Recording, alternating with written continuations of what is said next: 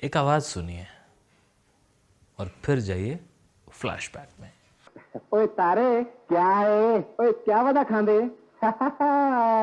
अक्कल दी दवाई, अक्कल दी दवाई। हाँ, इकू खावन नाल अक्कल आ वेंदी है। अच्छा हाँ ता मत मेकू भी दे जरी जी। क्यों मुफ्त आंदी है?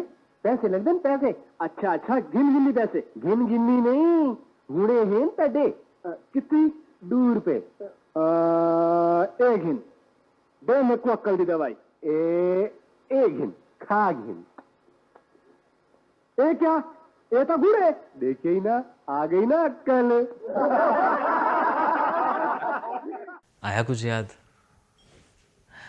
ये आवाज़ तकरीबन 35 साल पहले घर घर में बजी, और उससे पहले उन दुकानों पर बजी जो दुकानें शहर की मशहूर कैसेट्स रखा करती थी, और उन लोगों के घरों में जिनके टेप रिकॉर्ड्स हुआ करते थे वो इस कैसेट्स को लाया करते थे, और इस कैसेट का नाम था ताराचंद।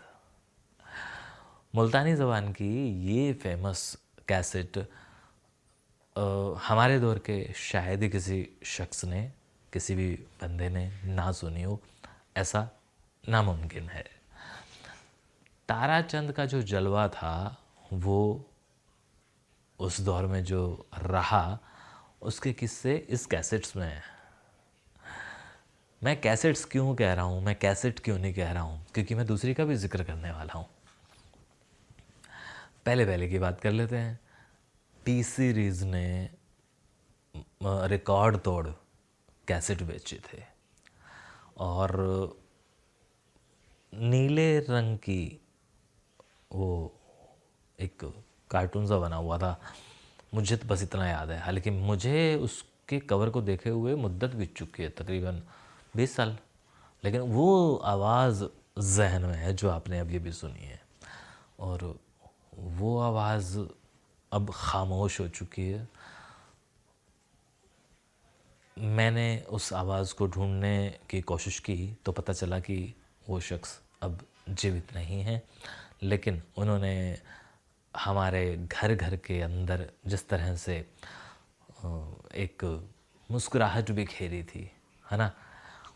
ये वही दौर था जब हमारे परिवार सेटल्स हो चुके थे, और तब हमारे पास ना टीवी था, ना वेब सीरीज़ थी, ना सिनेमा था। कम से कम इस ज़बान से जुड़ा हुआ ऐसा कुछ भी नहीं था जो हमारे को हमारी बोली से मिलवा दे।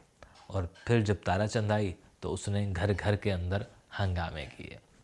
अब बात कर लेते हैं दूसरी कैसेट की। मैं इसीलिए कैसेट्स बोल रहा था। झुग्गा झांगिया था। कुछ याद आया होगा शायद उन लोगों को जिन्होंने झुग्गा झांगिया का कैसेट सुना था या सहेज के रखा हुआ है, या अब वो सोच रहे होंगे कि यार कहाँ है वो किस्सा, कहाँ है वो। तो झुग्गा झांगिया का कैसेट भी आया था, क्योंकि जब मुल्तानी का आया था तो मुल्तानियों को लगा था कि यार इनका तो आ गया, अब झंग वालों का।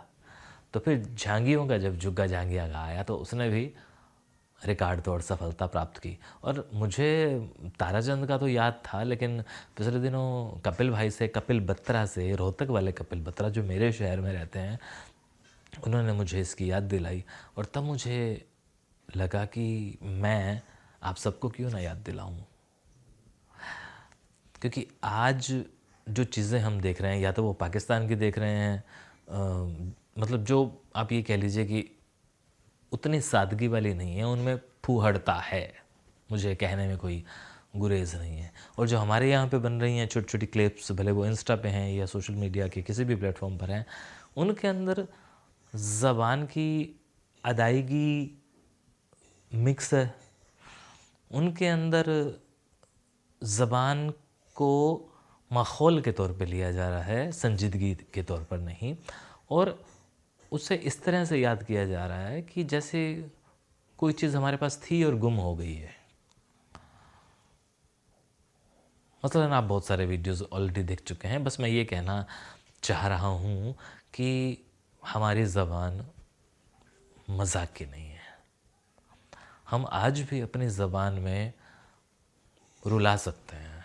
कहना राकेश सेठी जी का हिसार वाले कि केशव यार कोई प्ले करो, कोई ड्रामा करो, कोई कोई फिल्म करो, कोई वेब सीरीज़ करो अपनी ज़बान कि लोगों को पता लगे कि सिर्फ और सिर्फ मखौल ही कोई नहीं साड़ी ज़बान साड़ी ज़बान संजीदगी भी है, भावनात्मक चीज़ां भी हैं पियां। असां रुवा भी सकने हैं, असां हंसा भी सकने हैं, असां समझा भी सकने हैं। उनकी इन सारी बातों से मैं इत्तेफाक रखता हूँ। अब इसको आज के वीडियो को बनाने का मकसद कुछ भी नहीं था, सिर्फ फ्लैशबैक के पन्नों को पलटना था ताकि आप याद कर पाएँ कि हमारे घरों में जो ताराचंद था, या जो हमारा दादा था या दादी थी, या उनके जो किस्से कहानियाँ थी, वो आज भी हमारी ज़बानों में हो सकते हैं। बस उसे थोड़ा पॉलिश करके, थोड़ा संजीदगी से, इत्मीनान से, उन्हें इज़्ज़त देके अगर बनाया जाए तो वो चीज़ें हो सकती हैं। शुक्रिया। और हाँ, अगर वो कैसेटें कहीं मिल जाए तो बता दीजिएगा ताकि उसकी कुछ कॉपीज़ करवा के कुछ लोगों को भेज दी जाएं MP3 या MP वेव में, MP4 नहीं। शुक्रिया।